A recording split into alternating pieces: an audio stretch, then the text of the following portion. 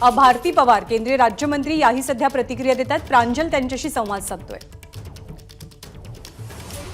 कांद्यावरती 40% निर्यात शुल्क लागू करण्याचा निर्णय खरं तर केंद्राने शनिवारी जारी केला होता। यानंतर महाराष्ट्रात कांदा प्रश्न हा पुन्हा एकदा पेटला होता। त्यानंतर पुन्हा एकदा आता काही वेळापूर्वीच केंद्राने नवा निर्णय हा घेतलेला आहे आणि कांद्याची पुन्हा एकदा खरेदी केली जाणार आहे। खरं तर नाशिक हे कांद्याचं आगार हे समजलं जातं। नाशिकच्याच असलेल्या केंद्रीय राज्यमंत्री भारती पवार यांनी देखील पियुष गोयल यांना यावत पत्र हे दिलेलं होतं आणि हा नक्की निर्णय काय आहेत, कशी याची अंमलबजावणी होणार आहे ते आपण जाणून घेणार आहोत। ताई, काय आहे हा नक्की? जसं आपण म्हणालात तसं सातत्याने कांदा प्रश्नावर अडचणी आल्यावर आम्हीही केंद्र सरकारकडे मागणी करत असतो। माननीय पियुषजी गोयल या संदर्भात वेळोवेळी सकारात्मक निर्णय घेत असतात। निर्यात खुली करण्याचा विषय असेल किंवा कधी कधी नाफेडची खरेदी वाढवण्याचा विषय असेल, या बाबतीत मी एवढंच म्हणेल की जसं आता निर्यात शुल्काचा विषय आला आणि थोडंसं वातावरण गंभीर झालं, अनेक शेतकऱ्यांचे फोनही मला आले। मी स्वतः मतदारसंघात थांबली आहे, शेतकऱ्यांच्या भेटी घेते आहे आणि याच्यातनं आपण मार्ग काढतो आहोत याचं आश्वस्त सुद्धा मी करते आहे।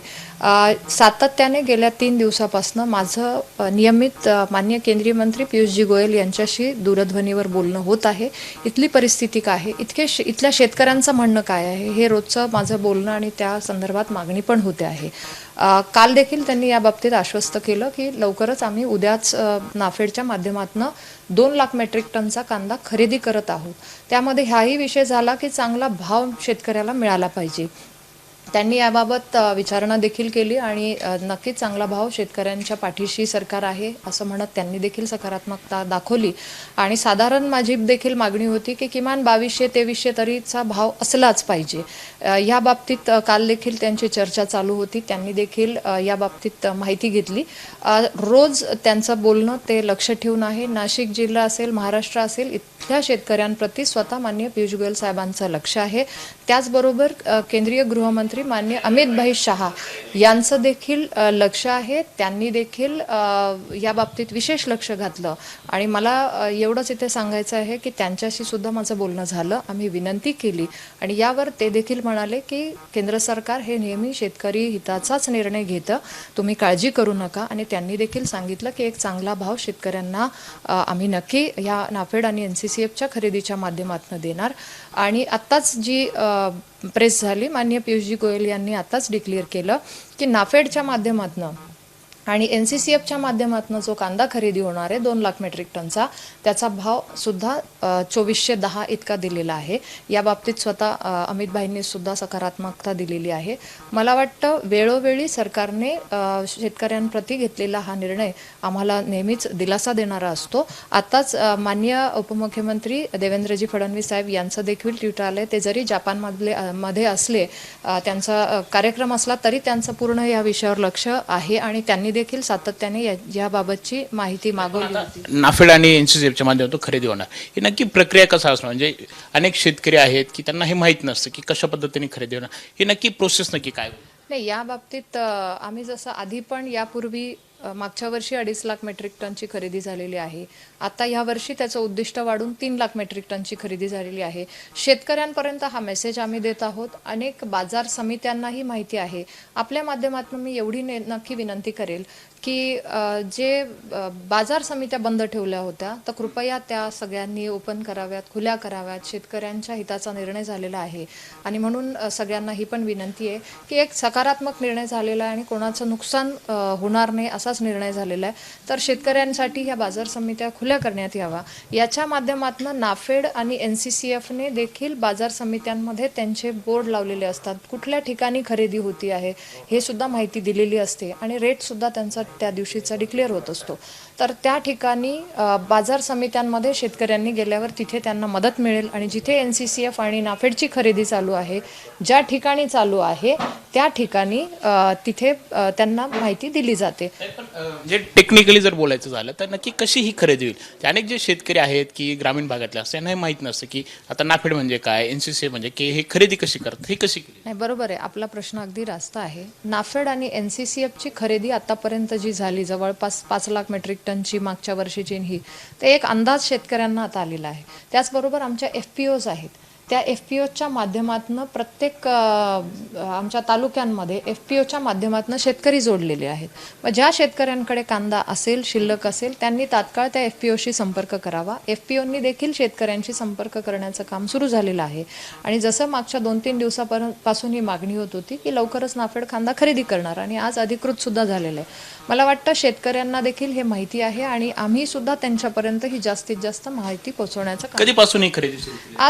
आजपासून सुरू होईल. आता NCCF आणि नाफेडच्या माध्यमातून आणि भाव सुद्धा डिक्लेअर झालेला आहे. म्हणजे एकदम क्लॅरिटी आलेली आहे. कधी कधी याच्यावर क्लॅरिटी नसते, नेमका भाव कसा असतो किंवा ॲव्हरेज रेट ठरत असतो. हे कधी कधी वेगवेगळे असतात, कमी जास्त होत असतात. परंतु आज एक सरकारने खूप चांगला निर्णय घेतला की 2410 हा फिक्स रेट करून टाकला आणि त्या माध्यमातून ही खरेदी होणार, जी की क्वालिटीचा कांदा असतो आणि जो की नाफेड आणि NCCFच्या याच्याप्रमाणे खरेदी होतो. मला वाटतं खूप चांगला भाव आणि चांगला निर्णय झालेला आहे. फक्त आपल्या माध्यमातून विनंती आहे की बाजार समित्या खुल्या कराव्यात आणि व्यापाऱ्यांना देखील माझी विनंती आहे की आपला जो प्रश्न आहे त्या देखील संदर्भात आमचं वारंवार वरती बोलणं चालू आहे. मी स्वतः काल पत्रही पाठवलेलं आहे. या पत्राचाही सकारात्मक विचार या बाबतीत करावा. मी पण मागणी केलेली आहे की याच्याबरोबर एक फेरविचार, एक रिव्ह्यू करावा, ही सुद्धा मागणी केलेली आहे. म्हणजे शेतकरी आणि दोन्ही दृष्टीने हा निर्णय च्या बाबतीत फेरविचार व्हावा, आम्ही ही पण मागणी केली आहे. हे तर झालं नवीन, पण आता जे 40% निर्यात शुल्क आहे त्यावर तुम्ही मागणी केली, फेरविचार होऊ शकतो काय वाटतं? नक्कीच. बघा कसं असतं, जसं आवक वाढत जायला लागेल किंवा आहे एक सरकारला वाटतं की आता कांदा पुरेसा आहे, तर जसं मागच्या वेळेस त्यांनी निर्यात खुली करून टाकली होती आवक वाढल्यानंतर, तर जर चांगला इथे पुरवठा होतो आहे, मागणी पुरवठा जर टिकून असतो तर काहीच अडचण नसते सरकारला. परंतु मागणी पुरवठामध्ये तफावत आली किंवा कमी पडेल का असा जेव्हा विषय येतो तेव्हा अशा पद्धतीचा निर्णय होतो. परंतु निर्यात बंद नाही, हे महत्वाचं आहे. हा जो 2410 रुपये भाव आहे, हा शेतकऱ्यांना किंवा व्यापाऱ्यांना पटेल असं वाटतंय, ते समाधानी राहतील? हे बघा, आम्ही जी विनंती केली होती, मी पण स्वतः विनंती केली होती. मी जसं म्हणाले, मी सातत्याने गेल्या 2-3 दिवसापासून आदरणीय केंद्रीय मंत्री पियुषजी गोयल यांच्याशी सातत्याने संपर्क करते. त्यांनी देखील सांगितलं की किती रेट ॲव्हरेज आपण मागच्या काही काळाचा आलेला आहे. तो ॲव्हरेज रेट त्यांच्याकडे जो गेलेला आहे त्यानुसार एक साधारणतः आमची मागणी होती की 2000पेक्षा जास्तच असला पाहिजे. म्हणजे माझी मागणी तर ही होती की 2000पेक्षा जास्तच असला पाहिजे, जेणेकरून शेतकऱ्याचा खर्चही निघाला पाहिजे. आणि आज जो 2400 भाव आला आहे तो नक्कीच एक सकारात्मक भाव आहे. शेवटचा प्रश्न, निर्यातदारांचं असं म्हणणं आहे की अनेक कंटेनर हे उभे आहेत, अनेक कंटेनर हे परत देखील आलेले आहेत आणि याबाबत अनेक संभ्रम निर्माण झालेले आहेत. आणि कारण आता जर आपला कांदा हे घेणार नाही, कारण त्यापेक्षा जर पाकिस्तानचा कांदा पुरवला तर त्यांना जास्त फायदा होऊ शकतो. याबाबत आता काय निर्णय किंवा त्यांना काही सूचना किंवा कसं?